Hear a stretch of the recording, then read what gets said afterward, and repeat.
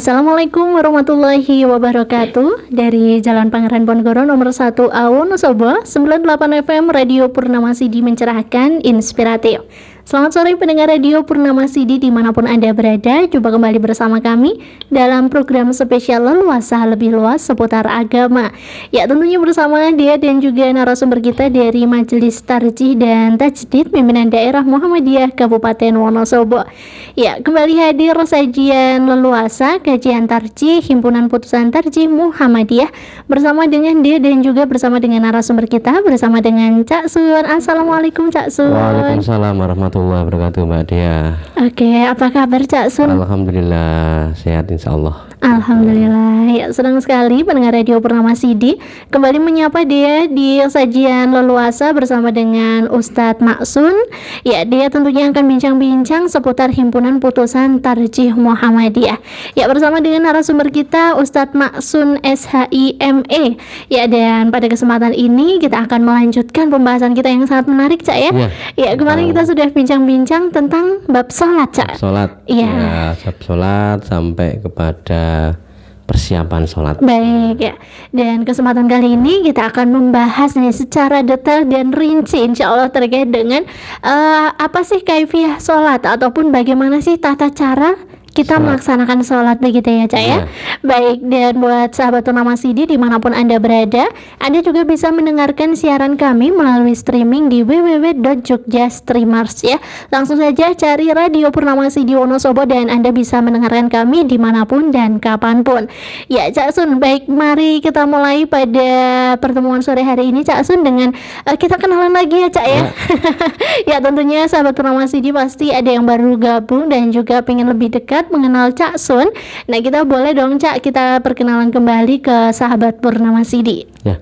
Bismillahirrahmanirrahim. Assalamualaikum warahmatullahi wabarakatuh. Waalaikumsalam warahmatullahi wabarakatuh. Alhamdulillahirabbil alamin. Alhamdulillahilladzi bi ni'matihi tatimmus shalihat. Asyhadu an la ilaha illallah wa asyhadu anna Muhammadar Rasulullah. Allahumma shalli ala Muhammad wa ala ali Muhammad.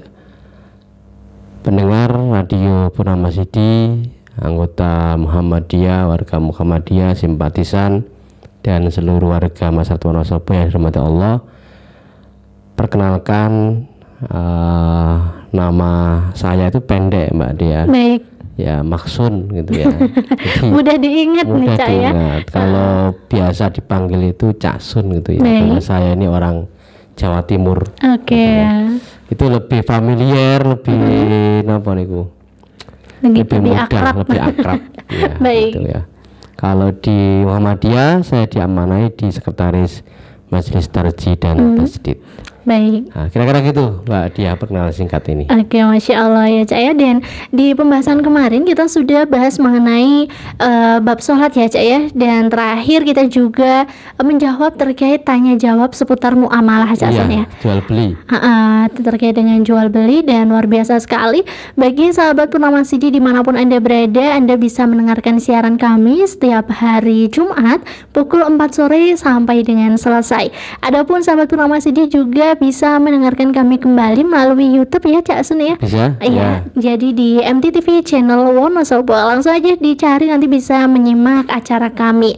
Baik Cak Sun ya, memasuki di materi kita pada sore hari ini tentang kaifiyah ataupun tata cara sholat ya Cak ya. Oke, kalau yang kita tahu sholat itu kan ada mulai dari persiapan niat itu ya Cak ya kemarin ya. Kemudian juga untuk tata caranya ada berdiri, ada ruku, ada sujud. Nah ini tuh sebenarnya tuh maknanya apa dan bagaimana sih berdiri yang sesuai dengan Himpunan Putusan Tarjih Muhammadiyah begitu Cak. Baik, pendengar Radio Purnama Sidi yang dirahmati Allah. Jadi kita masuk di kaifiyatus sholat al-maktubah, tata cara sholat fardu ya, yang sesuai dengan tuntunan Himpunan Putusan Tarjih Muhammadiyah. Baik. Jadi ketika kita hendak sholat, maka yang pertama kita harus berdiri menghadap kiblat. Oke. Ya, karena apa? Berdiri ini menjadi rukun. Ya, di dalam satu riwayat dikatakan dari Imran bin Husain, ya, ia bertanya kepada Nabi SAW tentang sholat. Ya, lalu Nabi menjawab, "Shol iman, sholatlah kamu dalam keadaan berdiri." Jadi salat itu dalam keadaan berdiri itu bagian dari rukun. Oke. Fa'ilam tasdati faqaidan. Kalau tidak mampu berdiri maka duduk. Baik. Fa'ilam tasdati, maka jika tidak mampu duduk, fa'ala janbi, maka kemudian ia berbaring. Baik. Ini beberapa ketentuannya. Tapi hukum dasar dalam salat itu adalah apa? Berdiri menghadap kiblat. Ya. Kemudian hal yang lain setelah kita berdiri, tentunya yang kedua adalah apa? Mengarahkan pandangan kita itu ke tempat sujud. Kan seringkali kita ini melihat orang sholat itu meripati itu jelalatan. Betul. Malah delok nang dhuwur mungkin. Sambil lihat apa seperti apa. Oke. Jadi harus mengarahkan pandangan itu ke tempat sujudnya. Ya, apa dasarnya? Ada satu riwayat sekalipun Imam Nawawi menyebutkan ini dianggap sebagai gharib, ya, hadis yang asing di dalam kitab Majmu' itu. Jadi karena Rasulullah SAW, rawa Ibnu Abbas radhiyallahu anhum, qala kana Rasulullah SAW idza istaftaha salat, apabila memulai atau membuka salat, lam yandur, Rasul tidak melihat illa mawdi'i sujudihi, kecuali ke tempat sujudnya itu. Oke. Ya, jadi tempat sujud, ya, tidak kemudian melihat ke depan atau lihat ke atas atau jelalatan, fokus kepada tempat sujud. Baik. Ya. Bahkan lebih keras lagi, dalam riwayat Muslim dikatakan dari Jabir bin Samrah, qala Rasulullah sallallahu alaihi wasallam la yantahiyanna aqwamun yarfa'una absarahum. Sungguh, ya, kami melarang satu kaum, ini ada lam tauhid, ada nun tauhid, layan tahiyanna aqwamun, sungguh, ya, terlarang satu kaum, yarfa'una absarahum, mereka mengangkat pandangan mereka ila samai, ke langit, jelalatan begitu. Oke. Fi sholati, di dalam salatnya. Oh, baik. Aula tarji'u ilaihim, atau tidak bisa kembali lagi. Jadi meripati mendelok, nggak bisa lagi melihat ke bawahnya gitu ya. Ini apa namanya, memberikan satu dasar isyarat agar ketika kita sholat, maka pandangan kita itu hendaknya ke tempat sujud. Oke. Ya. Kemudian yang ketiga, ya, berdiri fokus menghadap ke tempat sujud, kemudian disertai dengan yang ketiga adalah niat kita. Baik. Niat, ya, kalau di dalam banyak riwayat dan yang paling umum adalah innamal a'malu binniyat. Hanya saja amal itu disertai dengan niat. Nah, ada hal yang berbeda, enggak ada ya, di dalam putusan HPT yang lama dengan HPT yang terbitan 3, ya, jilid 3 itu. Oke. Jadi kalau HPT yang lama itu niat itu menjadi rukun. Makanya di dalam redaksi HPT-nya dikatakan idza qumta ilas sholati faqul Allahu akbar mukhlishan niyyataka lillah. Itu redaksi matan di dalam HPT lama itu, ya, HPT yang jilid 1. Apabila kamu berdiri hendak melaksanakan sholat, maka ucapkan Allahu akbar mukhlishan niyyataka lillah. Jadi mengucapkan Allahu akbar itu kemudian memasukkan niat. Oke. Ya, maka kemudian di dalam HPT yang jilid 1 itu niat dimasukkan sebagai rukun. Baik. Gitu ya. Nah, di dalam HPT yang jilid 3 ini, niat itu tidak dimasukkan sebagai rukun tapi sebagai syarat. Ya, maka niat itu harus dilakukan sebelum melakukan satu perbuatan. Maka tadi sebelum orang melaksanakan sholat itu yang pertama adalah berdiri menghadap kiblat. Oke. Gitu kan? Kalau memang posisinya memang dalam keadaan normal kan itu ya. Oke. Beda kalau misalnya sholatnya di kendaraan atau dimanapun, di perahu, kapal yang belum tentu kan kapal itu menghadap kiblat, tapi diupayakan misalnya begitu kan, bahwa setelah kemudian habis menghadap kiblat menghadap kemanapun kan itu terserah. Tapi diupayakan menghadap kiblat itu bagian dari hal yang ditentukan, ya. Nah, di dalam HPT yang 3 itu masuk sebagai syarat. Maka urutannya menghadap kiblat, posisi mata mandang ke tempat sujudnya, kemudian niat. Nah, niat ini dapat dilakukan mendahului takbiratul ihram. Ini pendapat jumhur ulama. Jadi niat dulu, misalnya ketika kita hendak melaksanakan sholat zuhur, maka niat itu kan al-qasdu, menyengaja. Niat itu perbuatan hati. Oke. Jadi tidak perlu dilafalkan, misalnya pakai usolli fardhu sholat tadin, nggak perlu itu. Ya, niat itu perbuatan hati. Sehingga cukup diniatkan orang menyengaja untuk melaksanakan sholat zuhur, ya, baru setelah itu kemudian dia takbir Allahu Akbar. Nah, itu yang HPT yang jilid 3 itu. Itu pendapat jumhur ulama. Nah, memang kalau Syafi'iyah, niat itu bersamaan dengan takbiratul ihram. Itu pandangan yang dianut oleh HPT jilid 1. Baik. Ya, jadi ketika Allahu Akbar itu memasukkan dalam niat, maka redaksinya idza qumta ila sholati faqul Allahu Akbar mukhlishan niyataka lillah. Nah, dalam HPT yang jilid 3 itu, ya, Majelis Tarjih lewat putusannya menguatkan pendapat jumhur. Ya, dianggap pendapat jumhur lebih kuat. Kenapa?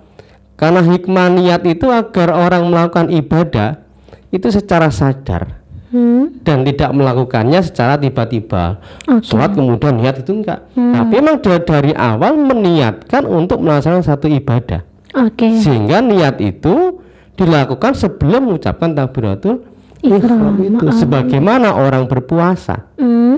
Ya, orang puasa itu kan niatnya bisa pada malam hari, gitu ya. Pas habis sholat tarawih gitu. Atau diniatkan sebelum, ya pas tasawur itu kan, diniatkan untuk melaksanakan ibadah puasa Ramadan misalnya begitu. Itu niat dilakukan di luar sebelum melakukan puasanya. Ya kan, tidak kemudian puasa terus niat, tidak gitu ya. Nah, sholat juga sama. Niat dilakukan sebelum melaksanakan takbiratul ihram.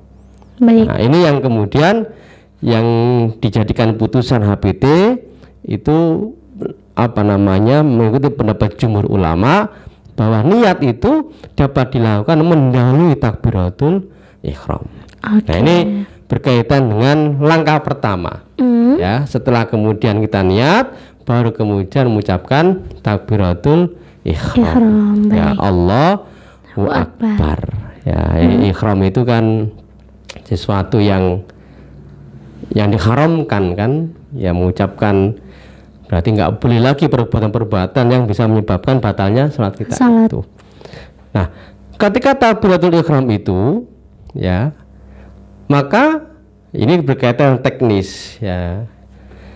Ada 3 cara di dalam melakukan takbiratul ihram berkaitan mengangkat 2 tangan. Jadi takbiratul ihramnya itu adalah rukun, Mbak Dia. Kalau toh dia mengangkat tangan, kalau tidak mengucapkan Allahu Akbar tidak sah. Ya. Jadi takbiratul ihram termasuk rukun. Ya.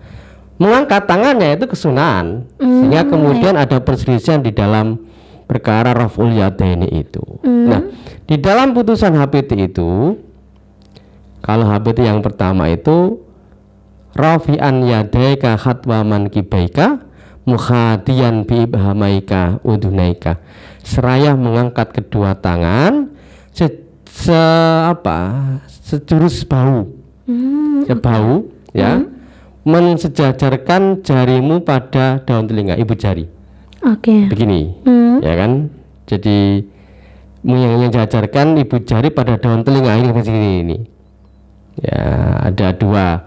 Nah, kaitannya dengan mengangkat kedua tangan ini memang ada beberapa cara. 1, mengangkat kedua tangan itu dengan menjajarkan pundak. Ya, jadi ini kelihatan ya. Menjajarkan pundak ini mungkin bagi ibu-ibu mungkin lebih pas, karena nggak terlalu renggang, ya. Tapi ada juga yang kedua, menjajarkan ibu jari ini dengan daun telinga. Ya, jadi ada 2 varian atau tanawu di dalam raf'ul yadaini itu menurut HPT itu. Ya, jadi yang pertama adalah sejajar dengan bahu pundak. Baik. Yang kedua, ibu jari ini jajar dengan daun telinga. Oke. Nah, berkaitan dengan takbiratul ihram itu, mengucapkan Allahu Akbar, di dalam satu riwayat dikatakan miftahus shalah at-tahur wa tahrim wa takbir wa tahlil wa taslim. Ya. Jadi pembuka kunci dari ibadah sholat itu adalah bersuci. Baik. Ya kan? Permulaannya takbir, pengakhirannya adalah salam. Oke. Jadi takbiratul ihram itu mengucapkan Allahu Akbar. Kemudian riwayat yang lain dikatakan anan Nabiya sallallahu alaihi wasallam kana idza qama ila sholati tadalla qa'iman wa rafa'a yadayhi summa qala Allahu Akbar. Jadi Nabi itu ketika hendak melakukan sholat i'tadala qa'iman, berdiri tegak dulu, ya kan? Baru kemudian mengangkat dua tangannya, kemudian mengucapkan Allahu Akbar. Oke. Ya, jadi ini berkaitan dengan takbiratul ihram. Jadi harus dilakukan. Baik. Ya, nggak ada perbedaan.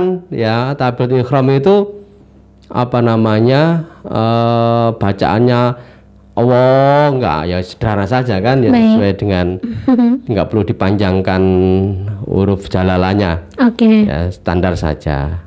Nah, yang kedua tadi yang ada tanawu tadi ada variasi itu berkaitan dengan raf'ul yadaini. Jadi raf'ul yadaini itu ada yang sejajar dengan pundak begini. Baik. Ada yang sejajar ibu jari ini jajar dengan daun telinga. Oke. Dan yang ketiga, tangan sedikit direnggangkan. Ya. Jadi maksudnya ini asobi'ahunya ini tidak kemudian Allahu Akbar itu enggak gitu. Jadi tidak mengepalkan tangan tetapi ini apa namanya itu? Telapak tangan. Telapak tangannya ini agak dilebarkan begini. Baik. Ya, jadi tidak menggenggam ya, tapi agak dilebarkan. Juga jeber gini ya. Jeber gini ini kan namanya apa ini? Angkat tangan ya, gitu ya. angkat tangan ini. Ya, yang standar saja. Ya, intinya dijeberkan, dilebarkan jari-jarinya ini. Ini riwayat Tirmidzi. Jadi ini berkaitan dengan takbiratul ihram. Nah, beberapa riwayat tentang tata cara raf'ul yadaini dan takbiratul ihram itu ada beberapa cara. Ya, kapan takbiratul ihram dan mengangkat dua tangan dilakukan? Ada yang mengatakan apakah takbir dulu atau mengangkat dua tangan dulu? Oke. Atau mengangkat dua tangan dulu baru takbir atau bersama-sama? Nah, ini termasuk tanawu. Ya, tanawu itu ada variasi-variasi di dalam pelaksanaan gerakan di dalam ibadah sholat itu, dan ini berdasarkan hadis-hadis yang sahih. Yang pertama adalah apa? Mengucapkan takbiratul ihram Allahu Akbar baru kemudian mengangkat kedua tangan. Oke. Ya. Jadi dasarnya adalah ra'aitun nabiyya sallallahu alaihi wasallam iftatahat takbir fi sholati farafa yadaini khina yukabbiru hatta yaj'aluhuma khatwa mankibai. Jadi saya melihat Nabi itu memulai takbiratul ihram di dalam sholatnya farafa. Ini yang menunjukkan takbir dulu, takbir dulu Allahu Akbar. Baik. Farafa yadaini kemudian Nabi mengangkat dua tangan. Oh, oke. Ya, jadi Allahu Akbar kemudian baru mengangkat kedua tangan. Baik. Oke. Yang kedua, ya ini tanawu di dalam takbiratul ihram itu adalah mengangkat kedua tangan kemudian takbiratul ihram. Mengangkat dua tangan Allahu Akbar. Oke. Ya kan, bisa ibu jari Di telinga, bisa di dada. sejajar dengan pundak. Oke. Ya, tarjih tidak memberikan satu dasar takbiratul raf'ul yadain yang minimalis hanya yang sedikit saja, hanya segini aja, itu enggak ada ketentuannya. Baik. Ya, jadi sejajar dengan pundak atau ibu jari sejajar dengan daun telinganya ini. Ya, kaitannya dengan mengangkat kedua tangan kemudian takbir. Allahu Akbar. Baik. Jadi raf'ul yadaini dulu. Ya, baru kemudian takbir. Apa dasarnya? Dari Ibnu Umar. Ya, qala kana Rasulullah sallallahu alaihi wasallam idza qama ilis salati, apabila Rasulullah hendak melaksanakan salat, rafa'a yadaini hatta takuna khatwa mankibai, mengangkat kedua tangannya sejajar dengan dua pundaknya. Oke. Oke. Summa kabbara, banjur kemudian Nabi takbir. Jadi mengangkat dua tangan dulu, raf'ul yadaini, baru kemudian takbir Allahu Akbar. Baik. Oke. Cara yang ketiga ini bersamaan dengan mengangkat tangan dan takbir. Gitu ya. Jadi bersamaan mengangkat kedua tangan takbir. Allahu Akbar atau Allahu Akbar. Oke. Bersama-sama. Baik. Ini riwayat dari Malik bin Khuwairis anna Rasulullah SAW kana idza kabbara rafa'a yadai hatta yuhadiya bihi ma'udunai. Nabi itu ya ketika takbiratul ihram rafa'a yadaini, berarti Allahu Akbar, sejajar dengan ibu jarinya ini, jajar dengan dua telinganya itu. Ya, ini beberapa tanawu, ya, variasi-variasi di dalam ibadah sholat kaitannya dengan gerakan. Baik. Dan putusan majelis tarjih ketika ada beberapa dalil yang masing-masing itu kelihatannya bertentangan tetapi punya dasar yang kuat, maka silakan dipilih. Oh, baik. Ada istilahnya kemudian ajam'u wa taufiq.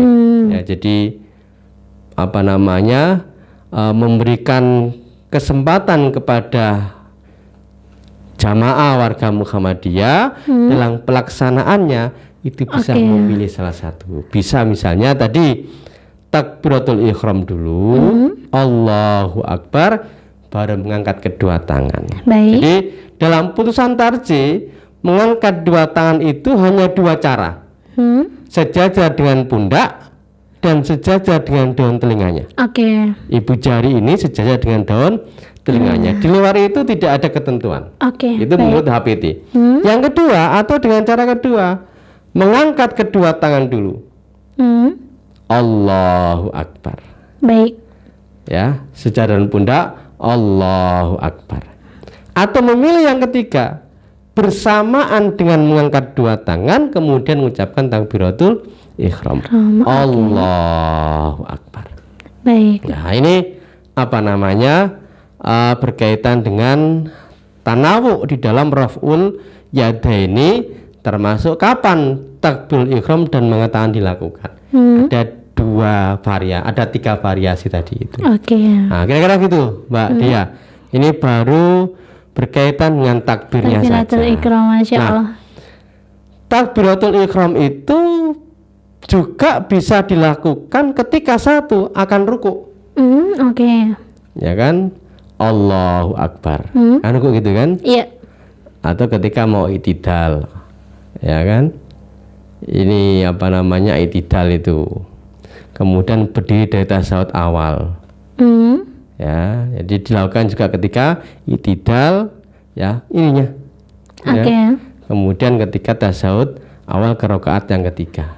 Oke, baik. Nah, ini beberapa dasar ya berkaitan dengan takbiratul ihram ya. Oke. Kalau kaitannya dengan mengangkat kedua tangan tadi sudah kita sebutkan, ada tiga variasi tadi ya, mengangkat tangan dengan takbiratul ihram tadi itu. Baik. Kalau mengangkat dua tangannya hanya dua tadi ya, sejajar dengan pundak, bahu, atau ibu jari sejajar dengan dua telinganya. Oke. Nah, ini apa namanya, tata cara raf'ul yadaini menurut putusan tarjih Muhammadiyah. Oke. Nah, kira-kira dulu Mbak Dia. Oke, Masya Allah ya, Cak.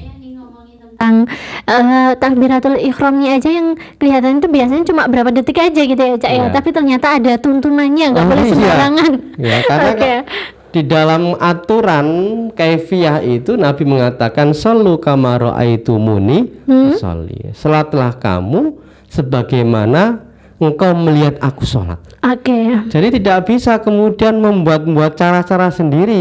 Ya takbir diputar-putar sih kan gitu. Iya. Jadi misalnya ini kaitan sedekap misalnya gitu ya. Baik. Nanti kita biar sedekapnya. Orang mau sedekap saja diputar-putar dulu. Oke. Ya kan, baru kemudian sedekap. Jadi ada tuntunannya, termasuk di dalam bab raf'ul yadaini tadi itu. Oke. Diatur bagaimana Rasulullah SAW ketika mengangkat dua tangan itu, mengangkat dua tangannya sejajar dengan pundak atau sejajar dengan daun telinganya. Oke. Ya, kemudian tata cara mana lebih dulu mengucapkan Allahu Akbar atau raf'ul yadaini, ya bisa tiga-tiganya. Oke. Dipilih saja. Ini Baik. apa namanya, Muhammadiyah memberikan pilihan dalam pelaksanaan takbiratul ihram dan raf'ul yadaini itu bisa memilih salah satu, mengangkat dua tangan dulu baru takbir, takbir baru mengangkat dua tangan, atau takbir dan mengangkat dua tangan secara bersama-sama. Oke. Kira-kira gitu dia ini. Baik, iya. Baru takbiratul Kalau ihram. dua pilihan gitu ya Cak ya. Tapi kalau dia tuh kadang juga apa namanya pernah lihat gitu ya Cak ya, yang takbir tuh tangannya tuh ada di depan dada gitu Cak. Nah itu bagaimana itu Cak? Maksudnya gimana? Begini aja. Jadi cuma apa namanya nggak renggang gitu ya Iya. Cak ya. Kalau tadi kan disampaikan menurut HPT kan direnggangkan Iya, seperti jadi itu. tentunya kita tidak bisa menghukumi mengatakan itu salah atau tidak ya. Mungkin saja punya dasar. Ya kan, kita ini menghargai setiap pilihan orang dalam paham agama mereka. Baik. Tetapi di dalam putusan HPT ya, dalam konteks raf'ul yadaini itu hanya menjelaskan dua tadi. Ya, jadi bahkan tidak sekedar apa ya, ini gini aja. Oke. Apa namanya, mung dinaikkan Baik aja. harus ada satu gerakan. Baik. Ininya agak direnggangkan. Ya, makanya tadi kalau mungkin bagi ibu-ibu lebih pas yang disejajar dengan pundak, Oke. bahu. Baik. Karena nggak terlalu renggang. Tapi kalau bapak mungkin bisa sejajar dengan bahu maupun sejajar dengan daun telinga. Oke. Ya, ini saya kira pilihan, tapi yang jelas yang minimalis itu tidak dicontohkan di dalam apa namanya dalam penelusurannya Majelis Tarjih tidak ditemukan dalil yang lebih kuat kecuali dari dua contoh yang dicontohkan oleh Rasulullah Shallallahu Alaihi Wasallam. Kira-kira gitu, Mbak. Ya. Baik, Masya Allah. Dan ini tentunya jelas sekali ya Cak Sunia yang disampaikan, dan ilmu baru juga buat dia ya. Kalau tadinya dia cuma bertanya aja gitu Cak dalam hati, sebenarnya tuh gimana sih, harus melafalkan takbir dulu atau angkat tangan dulu gitu ya. Ternyata ada apa namanya, ada tuntunannya masing-masingnya, punya dasar yang kuat ya Cak ya. Ya, dan Cak Sun, ini kembali dia mau tanya ya, tadi sempat disinggung di awal. Nah ini yang sering juga jadi pertanyaan itu ketika kita bersedekap ya Cak ya. Ini kadang ada yang di pergelangan tangan, ada yang kadang juga di sini gitu ya Cak ya, sampai apa namanya menyentuh sikut gitu. Nah untuk itu menurut Himpunan Putusan Tarjih Muhammadiyah yang benar tuh seperti apa Cak? Oke, jadi kita tadi udah berapa gerakan tadi? Takbiratul ihram, ya. Kemudian ini gerakan yang selanjutnya adalah bersedekap. Baik. Ya. Jadi bersedekap itu, cara bersedekap itu adalah apa? Telapak tangan menggenggam pergelangan dan hasta tangan kiri diletakkan di atas dada. Oke. Ya, jadi pergelangan kan, ini pergelangan kan? Ini kan pergelangan ini. Baik.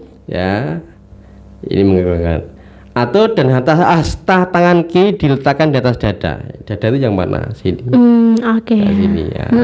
Ini apa namanya, ketentuan dalam HPT begitu itu. Kalau di dalam HPT 1 itu hanya menyebutkan summa yadakal yumna, letakkan tangan kananmu di atas dhahri kafika, di atas punggung epek-epekmu yang kiri. Epek-epek itu berarti ini telapak tangan ini ya. Nah, berarti gini ya, ala dhahri kafakal yusra ala sadrika, di atas dada.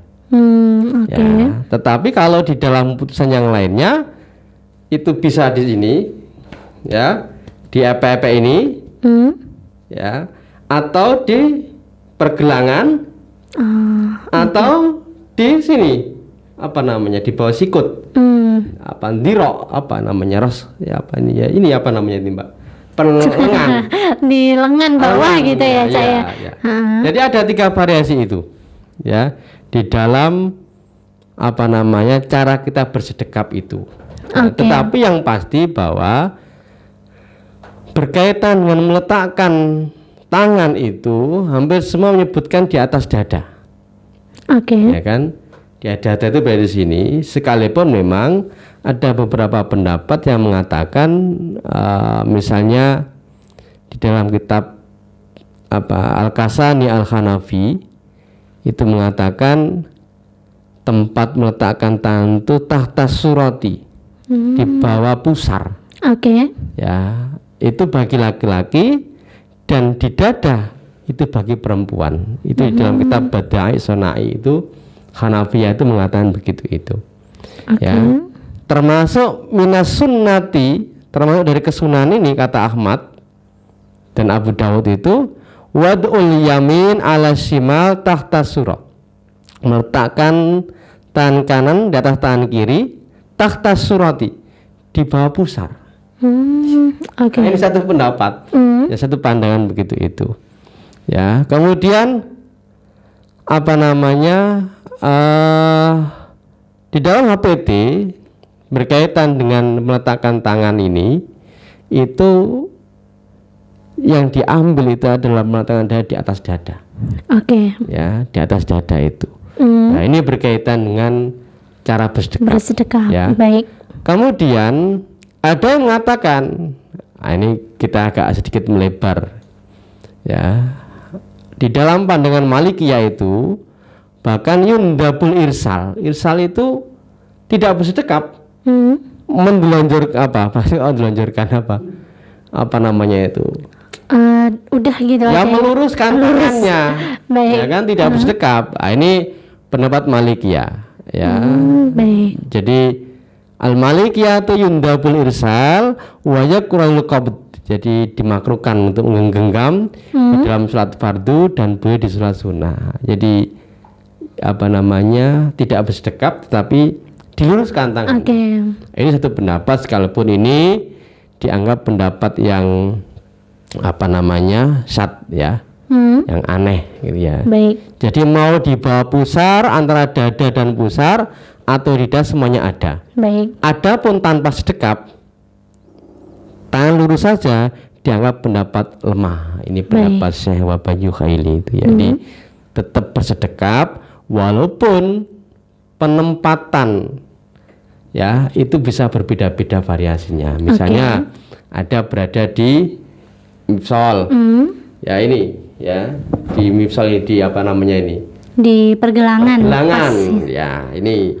Yang kedua itu bisa di apa namanya ini? Ya, meletakkan tangan kanannya pada punggung telapak tangan kirinya. Oke. Ini punggung kan? Ya. Kemudian yang ketiga ini. Oke. Ya. Boleh dipegang Boleh. ini ya, Cak ya. Ya, boleh ya. Jadi apa namanya ini? Lengan ya. Lengan bawah gitu ya. Lengan bawah. Kalau siku-siku nanti kademen. Jadi kalau siku-siku kademen ya. Jadi lengan ya.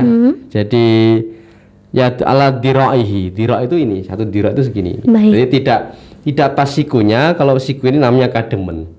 Ya, tapi di sini. Nah, jadi ada 3 variasi ketika kita bersedekap itu meletakkan tangan kanannya di atas kiri itu ada yang di epek-epek, punggung epek-epek. Yang kedua pas di pergelangan. Oke. Yang ketiga di diroknya. Nah, diletakkan di mana? Jelas perusahaan tarjih diletakkan di dada. Oke. Ya, diletakkan di atas dada. Ya mungkin lebih ke bawah sedikit antara dada dan perut ya, yang lebih nyaman. Oke. Ya berkaitan hal itu.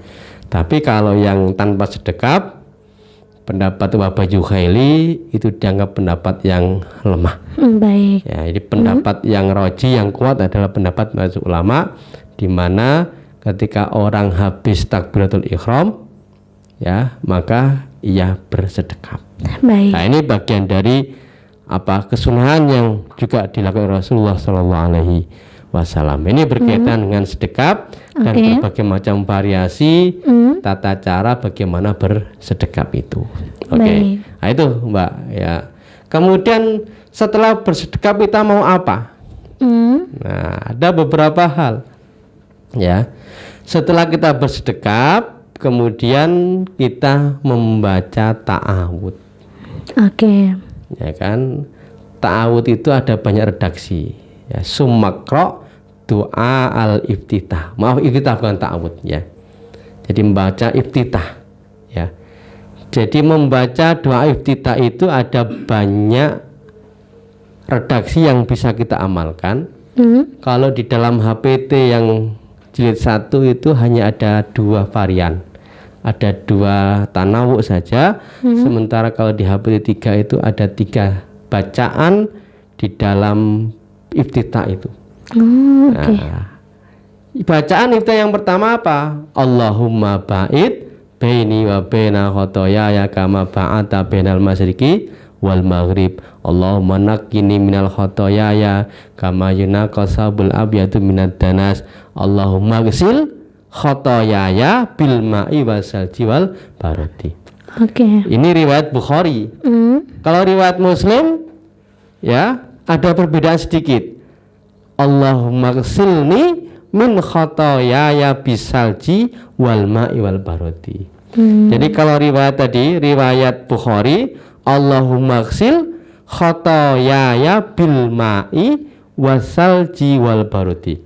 Kalau riwayat Muslim, Allahumma ghsilni, perbedaannya itu kan, min khotoyaya bisalji wal ma'i wal barodi. Jadi dibalik, kalau yang pertama tadi bil ma'i wasalji wal barodi. Kalau yang kedua bisalji wal ma'i wal barodi. Nah, ini bacaan doa iftitah yang pertama. Riwayat dari Abu Hurairah. Kemudian yang kedua, doa iftitah yang kedua adalah wajjatu wajhiya lilladzi fataras samawati wal ard hanifah muslimah wa ma ana minal musyrikin.